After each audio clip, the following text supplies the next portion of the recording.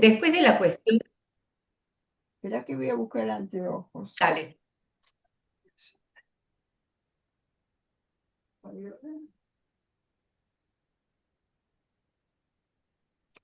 ¿Están con sol ustedes ahí en Buenos Aires?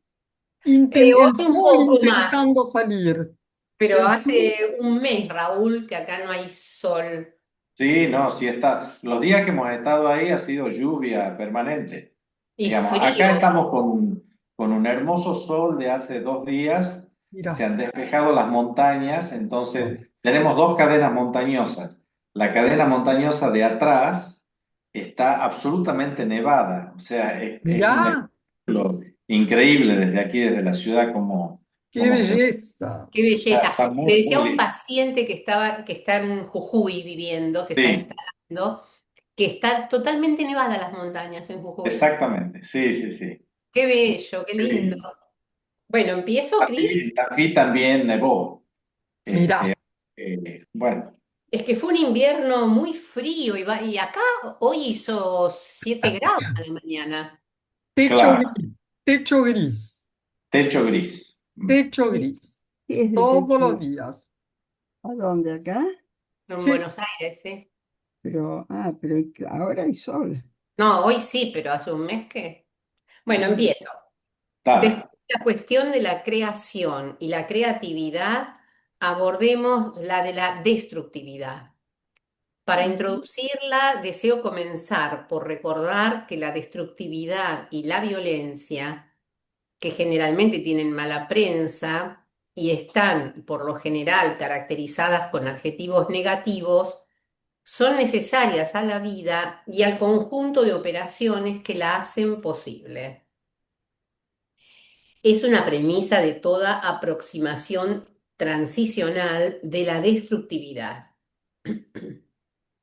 No se crea nada sin destructividad, sin destruir formas anteriores.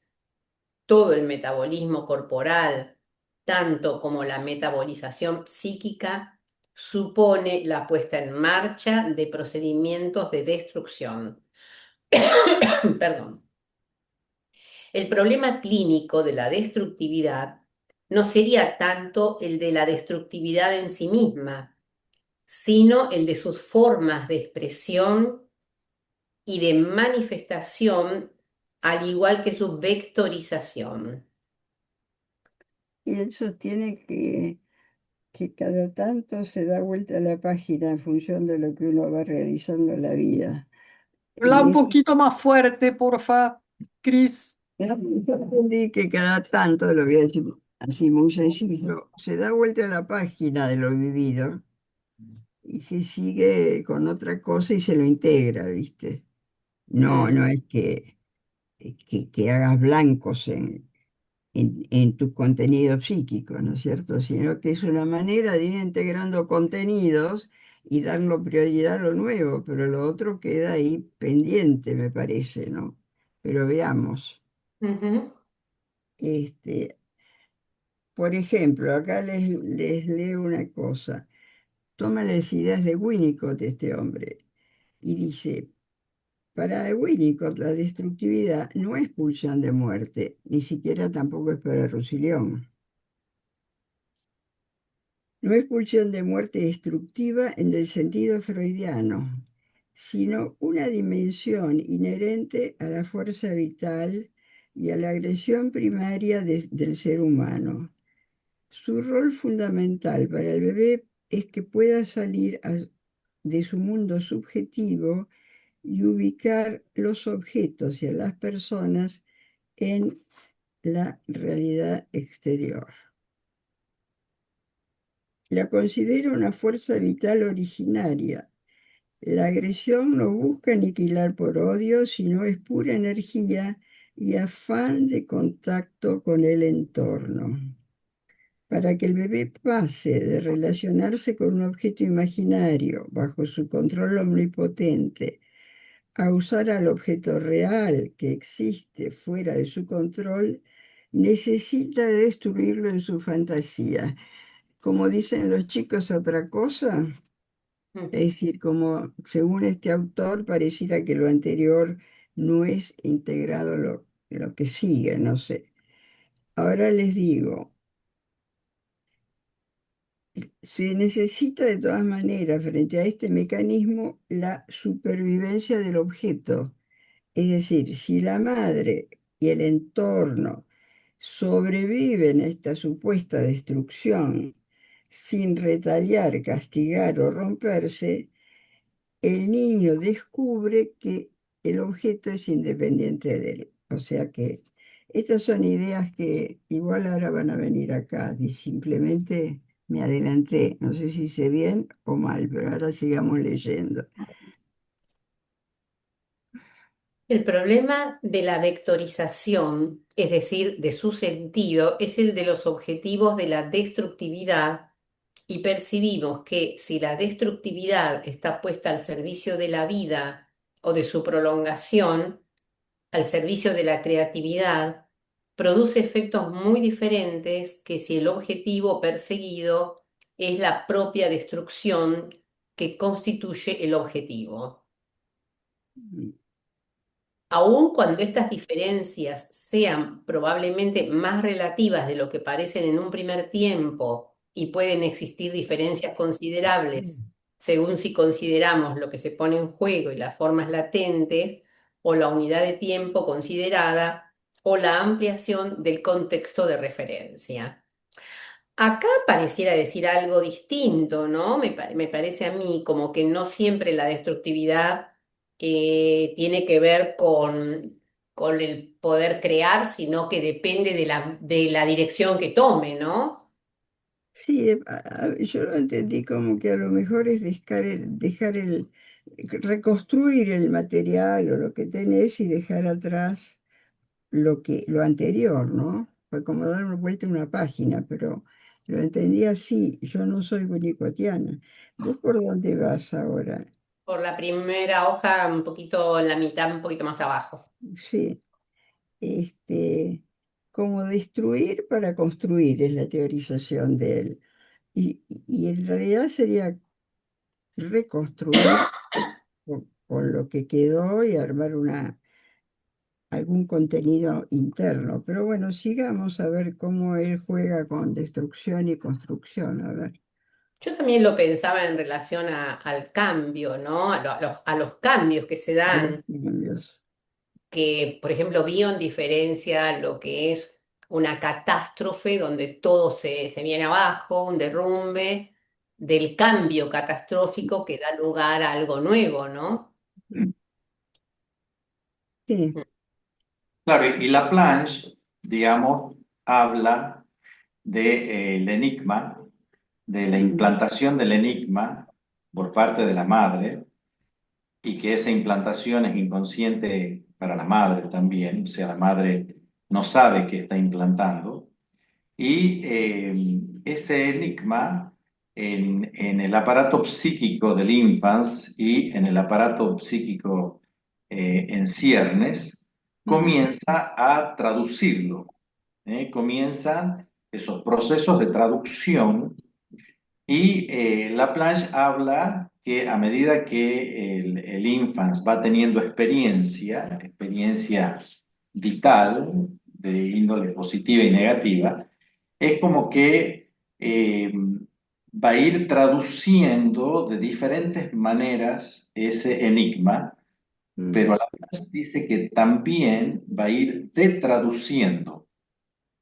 claro, Sería como el proceso inverso, pero que no te lleva, digamos, al mismo lugar desde el cual comenzó las primeras traducciones. O sea, de traducir no significa volver, digamos, a los ingredientes básicos de la receta, por ejemplo, sino que estaríamos en lugares nuevos. Y también la planche habla de que hay traducciones que están en pro de la construcción vital, digamos, y de la integración narcisística primaria, y hay traducciones que serían como traducciones patológicas. Cuando esas traducciones patológicas ingresan en los procesos transferenciales, es como que él dice, bueno, como que el analista trabaja, digamos, es como como un operador de traducción y de traducción, pero también, y que siento como que se asocia mucho a la destructividad, se tienen que producir desmantelamientos. Esto que Ujú, es lo catastrófico en Bion, digamos, como desmantelamientos, ¿no? Como que hay que desmantelar en el proceso analítico esas traducciones que serían traducciones patológicas, que dicho de una manera sencilla, bueno, te generan malestar y una vida no muy buena al sufriente, ¿no? ujú. Me asocio con eso, digamos, la destructividad, si bien Laplanche no habla de destructividad, pero sí de traducción, nuevas traducciones y desmantelamiento, ¿no? Me parece Más interesante. parecido a Bion en ese sentido, ¿no? Cuando habla de catástrofe o cambio catastrófico. Claro, más parecido a Bio, quizás. Ujú. Así se entiende mejor, porque en algún lugar él lo dice, algo así como construir y de alguna manera desarmar otra cosa, lo dice en algún momento, que es Claro, destruir, construir y destruir. Pero No, pero siempre dar queda, saltos, perdón, ¿eh? No, digo que para dar saltos constructivos, eso tiene que hay cosas que están, que hay que destruirlas, ¿no? y Que es lo otras que vos que decís, quedan, ¿eh? y otras que quedan, que son Mm, como invariantes y se sostienen para a partir de esa constancia poder generar el cambio y aparecería lo variante, ¿no? Lo que varía, pero sobre la base de algunos aspectos que no, que ujú, siguen claro, sosteniéndose. claro. Ahí Laplanche da una idea interesante, también esto que vos decís, lo que queda. Él habla de que las traducciones y de traducciones están como sostenidas por un proceso que él describe de metábola. Es una metabolización psíquica, ¿no? Nada más que se llama metábola. Y lo que Laplanche plantea es como que esas metábolas mm, son para seguir traduciendo el enigma implantado por la madre, que Laplanche dice que siempre es un enigma sexual, es como que ese proceso de metábola siempre deja un recto. No es una metabolización o una metábola completa, el 100%. Siempre queda un recto. Y ese recto él lo asocia con lo pulsional, nada más que no es lo pulsional exactamente freudiano o griniano, digamos, sino que Laplanche parte posiblemente de una idea más lacaniana y es que la pulsión es implantada, digamos, por la madre, a través de ese enigma sexual. Y Laplanche dice, bueno, que la única pulsión que existe es la pulsión sexual, lo que puede ser, pero puede ser una pulsión sexual de vida o de muerte. Es como que ahí pone, digamos, la destructividad. El tema sería que siempre queda un recto, o sea, la metábola trae una cadena, una red de nuevas representaciones, pero hay algo que no entra en la cadena representacional y él la llama recto. Y ese recto es un recto relacionado con la pulsión, que es como el acicate en el aparato psíquico para generar nuevas traducciones, ¿no? Entonces es como que ahí el movimiento pulsional no es sofocado a partir del recto, en el mejor de los casos, por supuesto. y esto lo podemos entender desde los misterios de cómo se va dando el investimiento afectivo, pulsional o como fuera inicial de la madre hacia el chico. Después la planche le da toda esta vuelta muy interesante, pero a partir de esa investidura empieza a funcionar el psiquismo infantil, ¿no? Porque si no tuviera la madre invirtiendo, no no cómo se van conjugando las sensaciones, los sentimientos, cómo se organiza la pulsión, cómo se pasa del instinto a la pulsión en función de la presencia materna, en función del objeto, ¿no es cierto? Claro, ahora ese investimiento, digamos, es como que lo va como, en el mejor de los casos, vuelvo a decir, como llenando de preguntas al infans, Claro. llenando de preguntas. ¿Y qué El me tema quiere decir? es que esa sería la madre suficientemente buena y suficientemente mala, como dice Laplanche también, jodiendo un poco el principio winnicottiano. Dice, bueno, que el enigma implantado lo va dejando al infans con preguntas. Mm, El tema es si la ponemos ahí a la madre muerta, o a la madre vacía. O sea, ¿qué queda ahí? O sea, ¿qué se implanta? Mm. Se implanta el Eso, vacío, se implanta una sofocación. la sí, nada. hay todo un trabajo de Green sobre la madre muerta y la patología del vacío, ¿no? Sí. Claro, claro, No, no, yo digo Green, pero la plancha, no sé cómo lo trabaja esto. Pero el funcionamiento depende del encuentro con el otro y qué tipo de encuentro y qué claro. implanta, qué coloca o qué matiz le da la madre a la relación primera, ¿no? Y Bueno, ahí aparte de ahí, Laplanche distingue, digamos, en ese encuentro que puede haber un encuentro de implantación mm, o un encuentro de intromisión. ah, O sea, que te lleva por caminos diferentes. Y también lo implantado está relacionado con procesos agresivos. O sea, para plantar una semilla tenemos que abrir la tierra. ¿No es así? Entonces, la madre tiene que abrir la boca del infans con el pezón, para mm, alimentar. Ahora, es diferente, digamos, la intromisión, ¿no? Que ya es como otro tipo de madre. Pierre Olanier plantea también como que hay aspectos de intromisión y de violencia, ¿se acuerdan? En violencia de Sí, interpretación donde la madre ya per se tiene como una apuesta pulsional que violenta al psiquismo, ¿no? Del infante. claro, exactamente, sí. Incluso con la propia sexualidad, ¿no? Por supuesto que hay gradientes, pero hay una intromisión hacia el infans de la madre casi ineludible. Claro, Olañé habla de agresión primaria, que sería esta, o de agresión secundaria, Violencia. que es la otra agresión, digamos. Ujú.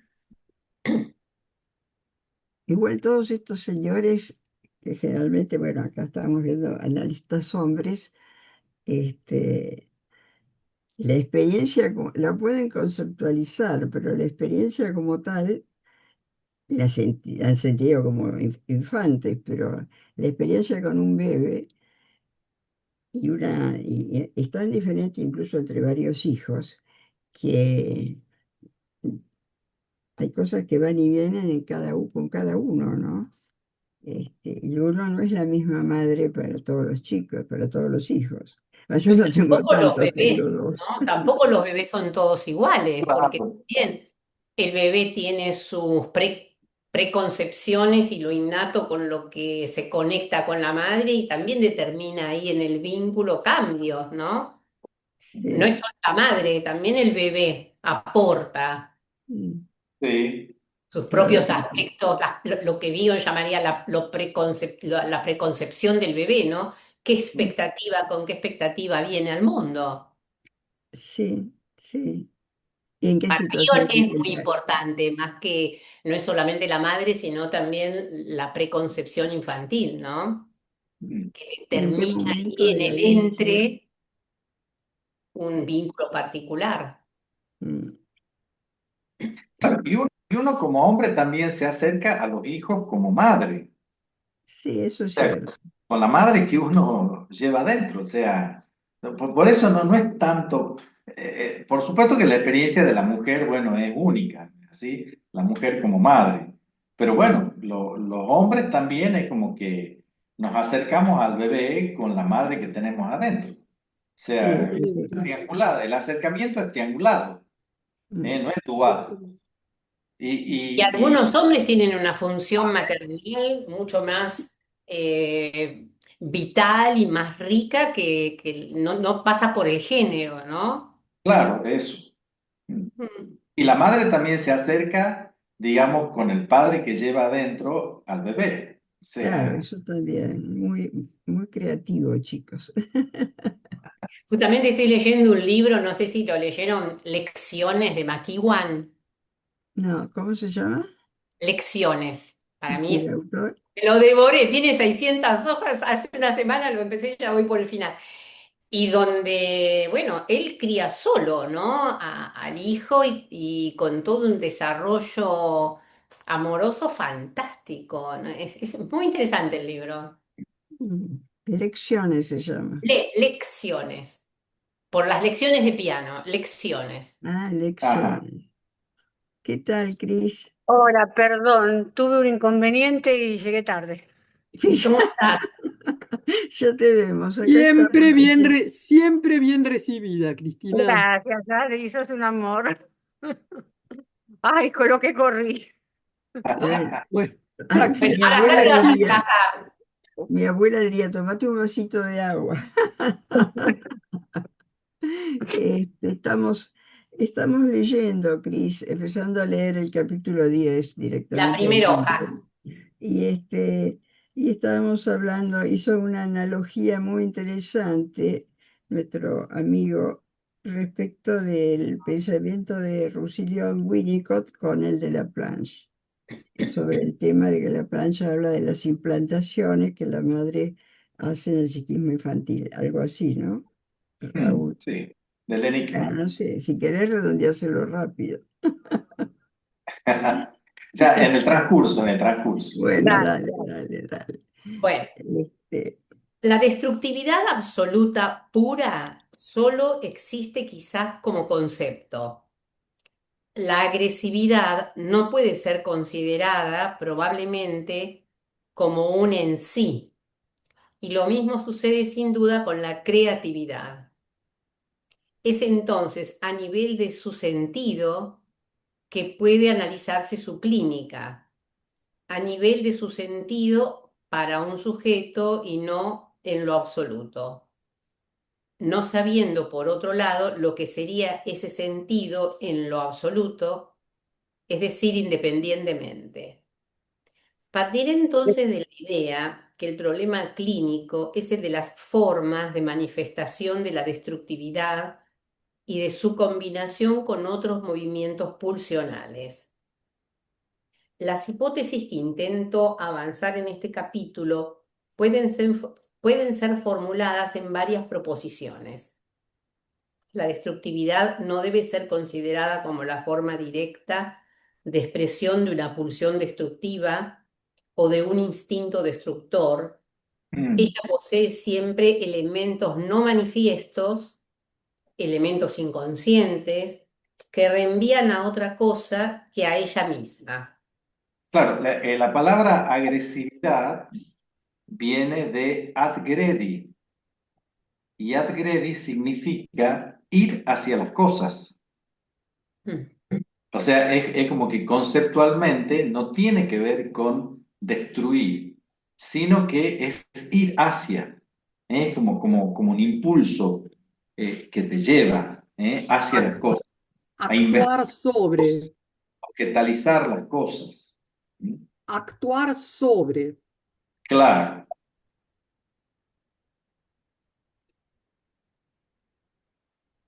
Dice que posee siempre elementos no manifiestos, inconscientes, que reenvían a otra cosa que a ella misma, angustia, dolor, impotencia. La destructividad no debe ser considerada como, por otro lado, cada elemento del funcionamiento de la psiquis humana, como perfectamente idéntica a ella misma. Ella tiene necesariamente una sombra proyectada que dice al mismo tiempo más o menos. Esto se esclarecerá, pero en el curso de lo que desarrollaré. 2. Lo importante es considerar siempre en la clínica el estado de articulación, de intrincación de la amalgama de la destructividad con la otra gran fuerza con la que se compone, creatividad y el amor que la soportan. Prolongo diferenciar tres niveles o tres formas de articulación. El primer nivel es el de la intrincación, de la amalgama primaria de las pulsiones. Me parece que lo que llamamos pulsión de muerte designa de hecho el fracaso de esta intrincación o la desintrincación, Bueno, desanudamiento. ¿puedo decir algo? Me parece que ahí se arma bastante lío entre esta oposición que él hace entre destructividad y creatividad y la pulsión freudiana clásica de Eros y Tánatos.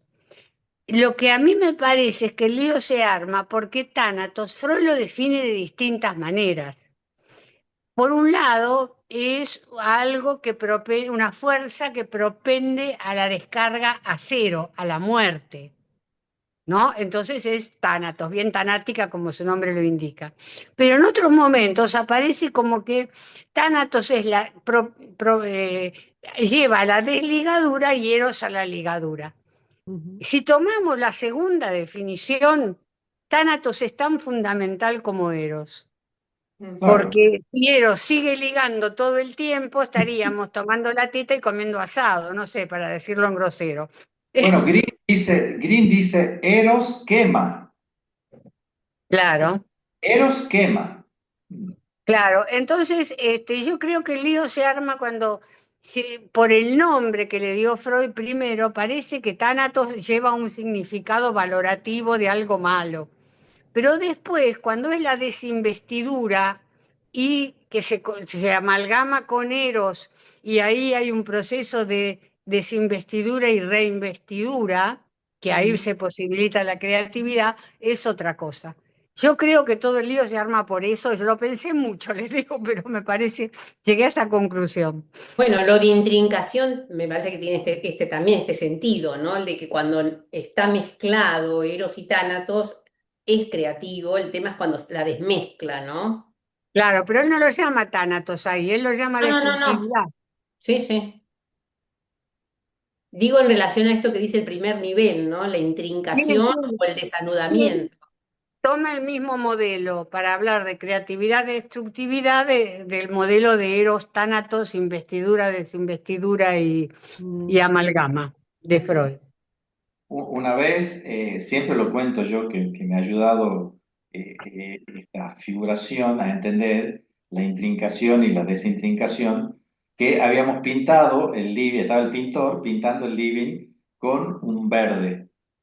Y resulta que de pronto el verde que se pone aparece como un verde fluo.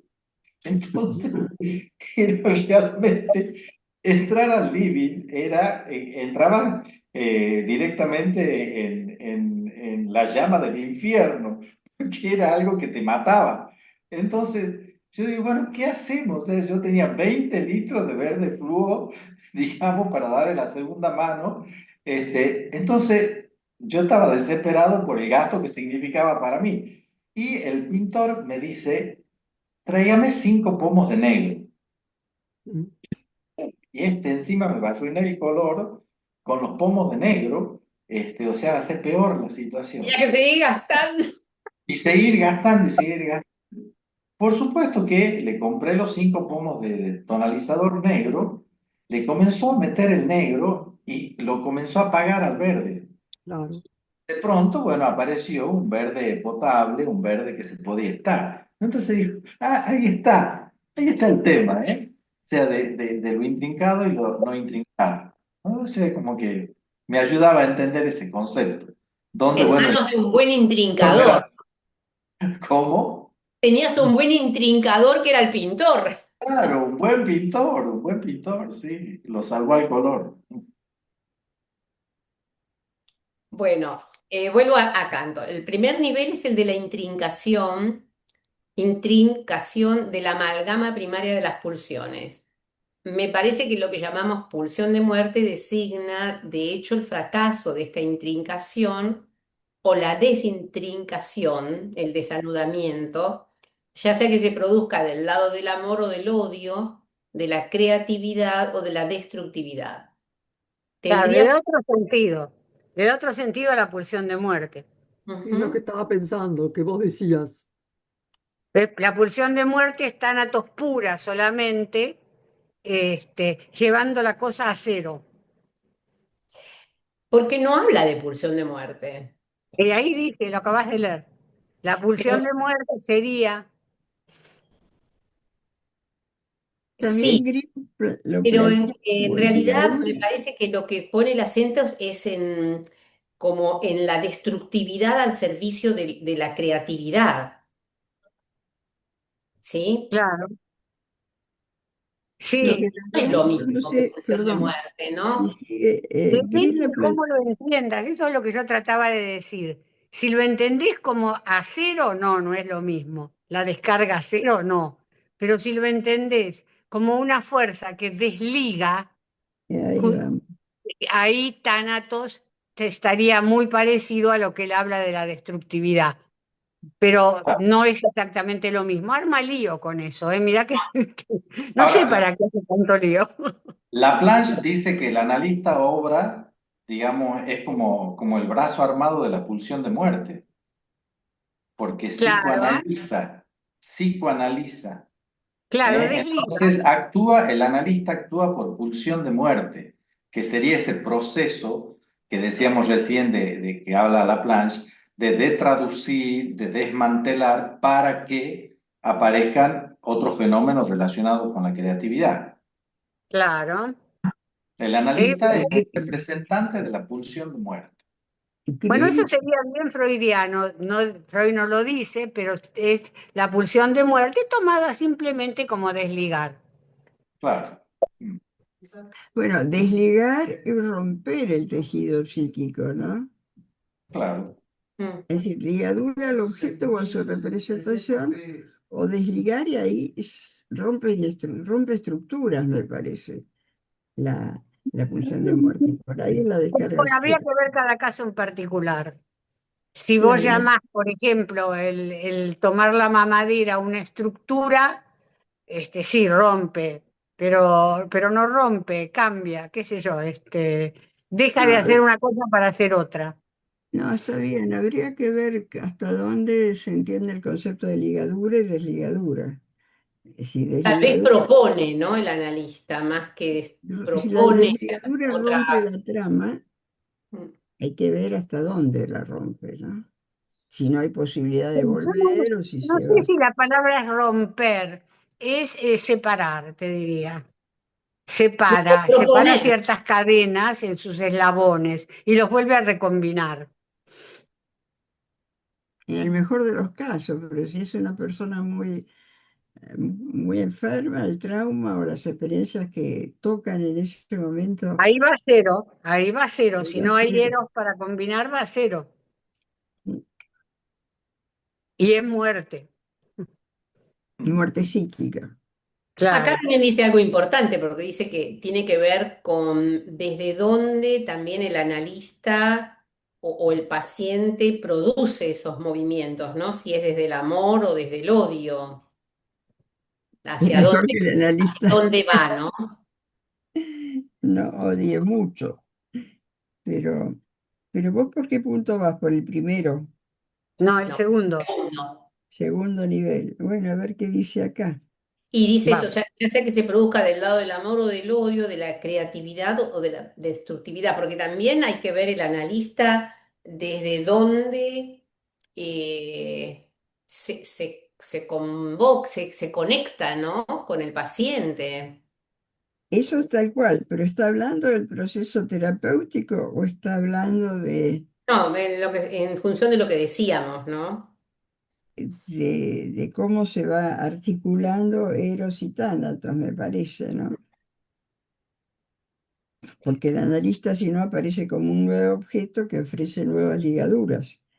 Pero Mm. acá me parece que no nombra al analista.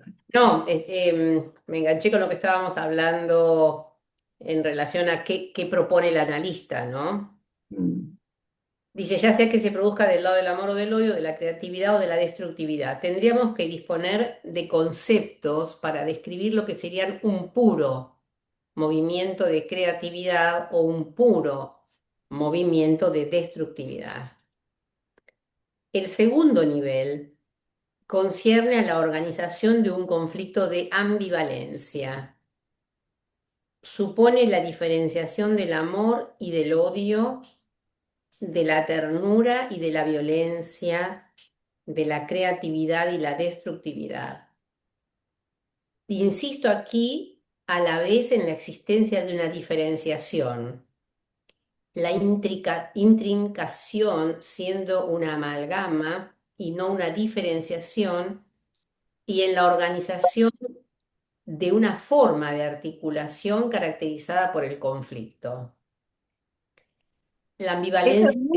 muy importante, Mm, clínicamente, porque en el neurótico, digamos, la ambivalencia, que quiere, según como la define Roussillon, que dice que es amor y odio al mismo tiempo hacia la misma persona y conscientes, ¿no? La ambivalencia frena la destructividad. Según dice Roussillon eso, ahora estoy hablando en Roussillon. Frena la destructividad, porque, y es cierto, porque nosotros vivimos, cuando un paciente nos dice, ay, a mi madre, qué sé yo, a mi mujer la odio por esto, es una porquería, y uno le dice por ahí, pero ayer me decía que estuvieron muy contentos disfrutando tal cosa, qué sé yo. ¿No? Entonces, uno propende a que el amor y el odio, uno no le tapa el odio, lo deja con el odio tranquilo hasta que va, pero más bien le ayuda a relativizarlo poniendo la otra parte que él se olvida en un funcionamiento narcisista.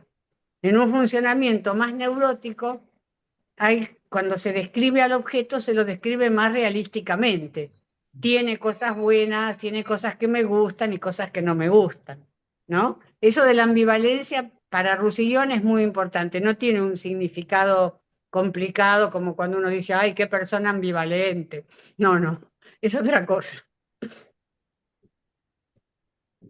La Ya lo va a ambivalencia decir. designa un conflicto formado por dos movimientos antagonistas contradictorios a propósito de un mismo objeto o de un mismo proceso. El conflicto de ambivalencia se caracteriza por la simultaneidad reconocida de esos dos movimientos antagonistas a propósito de un mismo objeto. Y el tercer nivel, sobre el que no insistiremos ahora, en la medida en que sus manifestaciones clínicas no son las de la violencia, concierne a las diferentes formas de organización y tratamiento del conflicto y en consecuencia del primado en el sentido de aquellas del amor o de la creatividad. El análisis que voy a presentar es la continuación de trabajos anteriores. El primero de ellos está inscrito en el seno de mis investigaciones sobre la paradoja y lo paradójico, concierne más particularmente a la reacción terapéutica negativa. Acá dice que la reacción terapéutica negativa del protista al juego de la construcción, de la revista francesa de psicoanálisis. El segundo ha sido presentado en el Coloquio de Mónaco de 1995 consagrado a la violencia. Y hay una llamadita que dice violencia, subjetividad y paradojalidad, conferencia en el quinto Coloquio Internacional de Mónaco, la violencia en el Journal de Psicoanálisis de la Infancia, retomado en agonía, clivaje y simbolización. Bueno, a propósito de la cuestión de la culpabilidad primaria, preambivalente.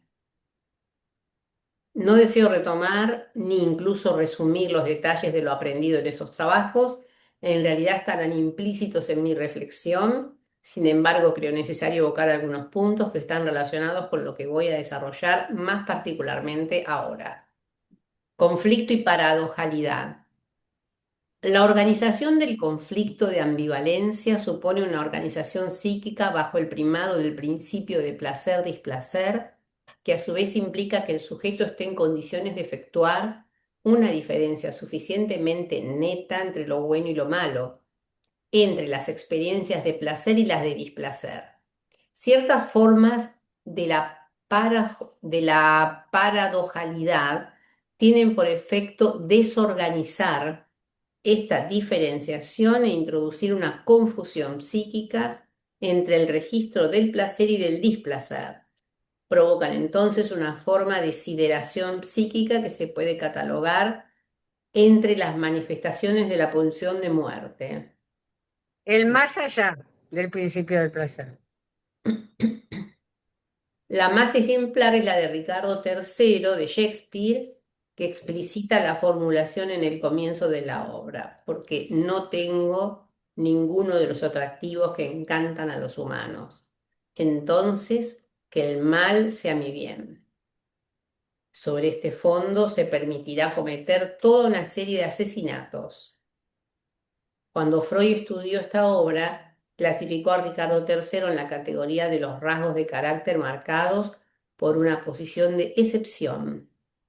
El sujeto está fuera de la ley, o más bien por encima de las leyes, de la ley. Ha pagado ya de una vez por todas de entrada, desde el nacimiento, ha nacido marcado por el mal, por el maligno, está consagrado al mal, ha nacido villano. La transformación paradójica del mal en bien desorganiza la conflictualidad de base que reposa sobre la oposición entre lo bueno y lo malo, en la conflictuación entre el bien y el mal. Nada entonces puede hacer contrapeso a la destructividad que puede desarrollarse sin freno y que incluso es cultivada como un bien supremo. He formulado en su momento la hipótesis que anteriormente a la transformación de lo bueno en malo se esconde una confusión de ambos. Un fracaso de su diferenciación y se produce entonces una sideración del funcionamiento psíquico que se apoya sobre la capacidad de diferenciar el placer del displacer, sobre la capacidad de buscar el placer y evitar el displacer. Reacción terapéutica. ¿Sigo? Para un poquito, Se porque pueden decir varias cosas ahí, ¿no? sí. Lo que pasa es que lo escribe tan pegoteado a mi criterio, ¿no? Tan pegoteado, pero ¿qué te parece, Cris? Porque realmente yo estaba pensando mientras leía esto, que en última instancia está hablando de pulsión de vida y muerte, obviamente, que hay un librito que habla del simposio de Bonneval, donde se juntan a los efectos, los psicoanalistas, a los efectos de determinar los conceptos de pulsión de muerte, que está muy bueno. Y es un librito que se llama La pulsión de muerte. Y está, creo que hay varios autores, pero Ah, es creo que lo tengo. de André Green, ¿no? Pero bueno, eso lo estudiaremos después, porque francamente, para mí tendría que sentarme y desglosar cada párrafo de este autor, ¿no? Vos podés decir varias cosas, dale, a ver. Espera, A mí, espera que me quedé metida en lo que decías vos y me olvidé que era lo último que leímos en 2 palabras y te digo lo que se me ocurrió.